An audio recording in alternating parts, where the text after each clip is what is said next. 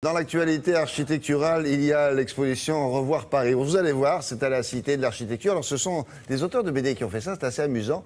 Ils ont pris tous les projets qui avaient été imaginés pour Paris, ceux qui ont marché, puis ceux qui n'ont pas marché. Isabelle Bouloc s'est rendue sur place.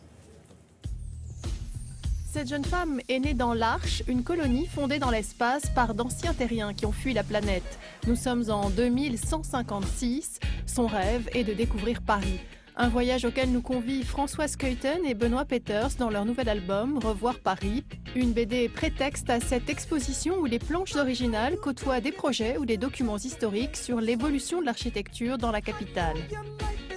Nous n'avons pas la même responsabilité que les architectes et les urbanistes. Que ce soit dans l'exposition ou dans l'album de bande dessinée, nous agissons en liberté. Et bien sûr, une histoire, c'est aussi une fable. Donc ça peut être une façon de mettre en garde contre certains périls, ça peut être une façon de donner envie de certains aspects, sans contrainte budgétaire. Il s'agit de proposer quelque chose qui donne à rêver et à réfléchir. Ce qui est intéressant, c'est qu'il y a des contrastes. Il y a des choses qui sont magnifiques, qui sont restées sublimes, protégées, sous globe, sous verre.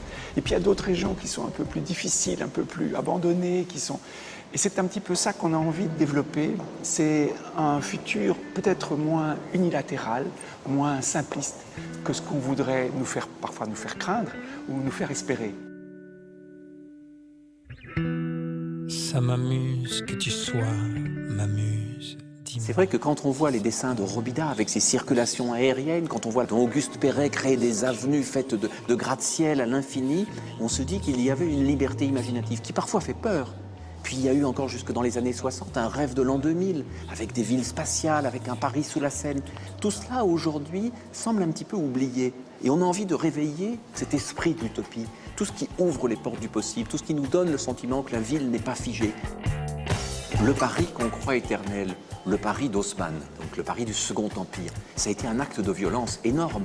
Il a fallu détruire toute une partie de l'ancien Paris. Victor Hugo, en exil, Baudelaire, pleurait ces démolitions de quartiers très pittoresques. Il n'empêche que ce regard très fort a donné à Paris une structure qu'il a peut-être protégée contre le XXe siècle. Au XXe siècle, la ville a continué à évoluer, avec des choses magnifiques, mais aussi des moments un peu catastrophique. Madame, on t'a chanté sur tous les tons.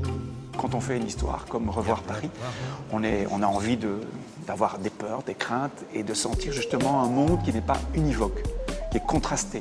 Mais il y a des aspects que j'aimerais bien voir. J'aimerais bien tourner autour de la Tour Eiffel avec mes passerelles presque volantes. J'aimerais bien tourner autour de Notre-Dame et particulièrement les tours de la Défense. Ça me plairait bien de voir ça. Cette exposition va sans doute relancer le débat qui divise actuellement les Parisiens. Faut-il ou non construire de nouveaux gratte-ciel dans la capitale? Le Conseil de Paris, lui, a tranché en rejetant récemment le projet de la Tour Triangle dans le 15e arrondissement. Merci beaucoup. Au revoir, mademoiselle Bouloc.